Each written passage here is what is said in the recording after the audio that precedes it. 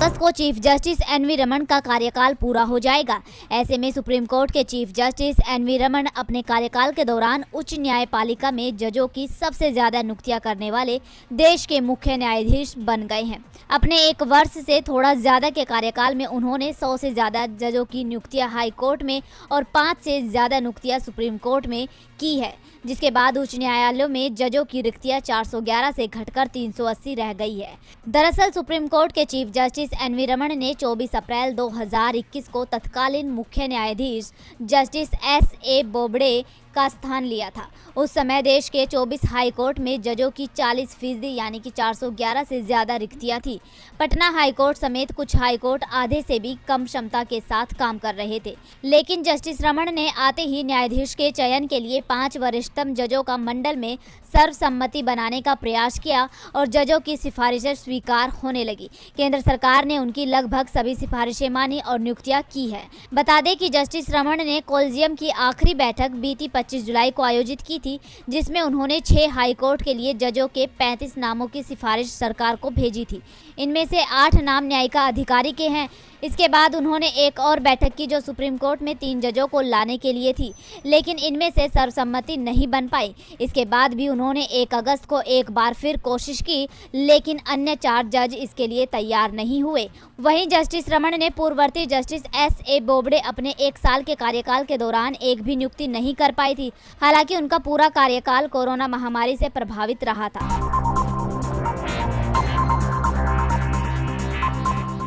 एकनाथ शिंदे गुट और बीजेपी ने साथ मिलकर सरकार बनाई।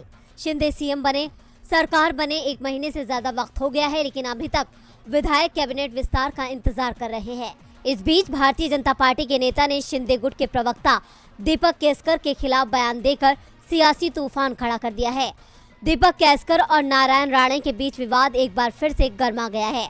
नारायण राणे के बेटे नीलेश राणे ने केसकर को सीधे ड्राइवर की नौकरी का ऑफर दे दिया है।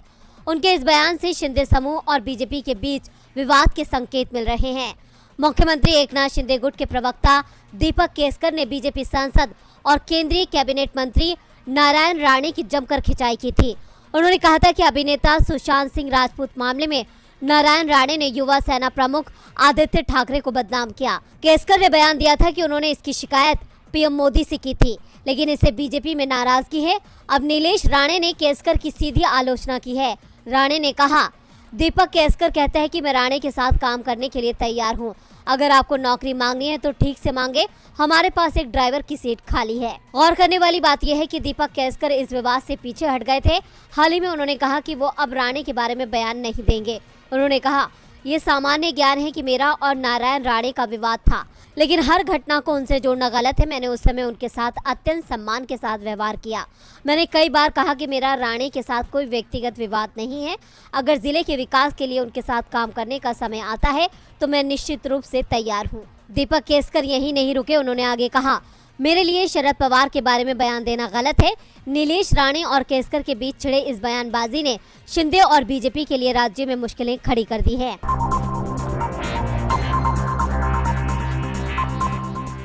योगी सरकार में कैबिनेट मंत्री राकेश सचान और संजय निषाद पर गिरफ्तारी की तलवार लटक रही है। दोनों को कभी भी गिरफ्तार किया जा सकता है। उनकी गिरफ्तारी का आदेश कोर्ट से जारी हो चुका है, जिसे लेकर विपक्ष हमलावर हो गया है। तो योगी सरकार पूरी तरह से बैकफुट पर नजर आ रही है।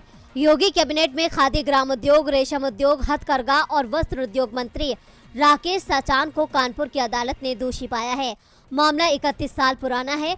सचान पर अवैध असला रखने का आरोप था, जिसे कोर्ट ने सही माना है।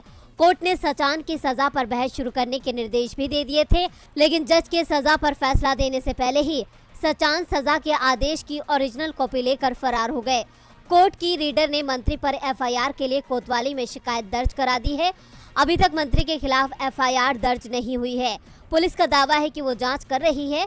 सचान के दोषी ठहराए जाने के बाद फरार होने पर समाजवादी पार्टी ने सवाल उठाए हैं। सपा नेता भूपेंद्र श्रीवास्तव ने मुख्यमंत्री से पूछा कि वो अपने मंत्री के घर पर कब बुलडोजर चलवाने का काम करेंगे। उन्होंने कहा कि बीजेपी सरकार में अपराधी मंत्री बने हुए हैं। सचान की गिरफ्तारी कब होती है, इस सवाल का जवाब मिलने से पहले योगी सरकार में मत्स्य पालन मंत्री संजय निषाद की गिरफ्तारी का भी वारंट जारी हो गया। गोरखपुर कोर्ट ने उन्हें गिरफ्तार कर 10 अगस्त तक कोर्ट में पेश करने के लिए कहा है। संजय निषाद पर आरोप है कि 2015 में निषाद आरक्षण को लेकर चल रहे आंदोलन में उनके भाषण से शांति व्यवस्था की स्थिति बिगड़ गई थी। इस मामले में एक व्यक्ति की जान भी चली गई थी। इस मामले में 21 दिसंबर 2015 को संजय निषाद को गिरफ्तार किया गया था। कुछ महीने बाद उन्हें जमानत मिल गई थी। केस कोर्ट में चल रहा है, लेकिन निषाद कोर्ट की तारीखों पर पेश नहीं हो रहे थे, जिसके बाद अदालत ने उनके खिलाफ गिरफ्तारी वारंट जारी कर दिया है। दो मंत्रियों के मुश्किल में फंसने के बाद सवाल अब सीएम योगी पर उठ रहे हैं कि वो अपने मंत्रियों पर कार्रवाई करेंगे या फिर उनका बचाव करेंगे।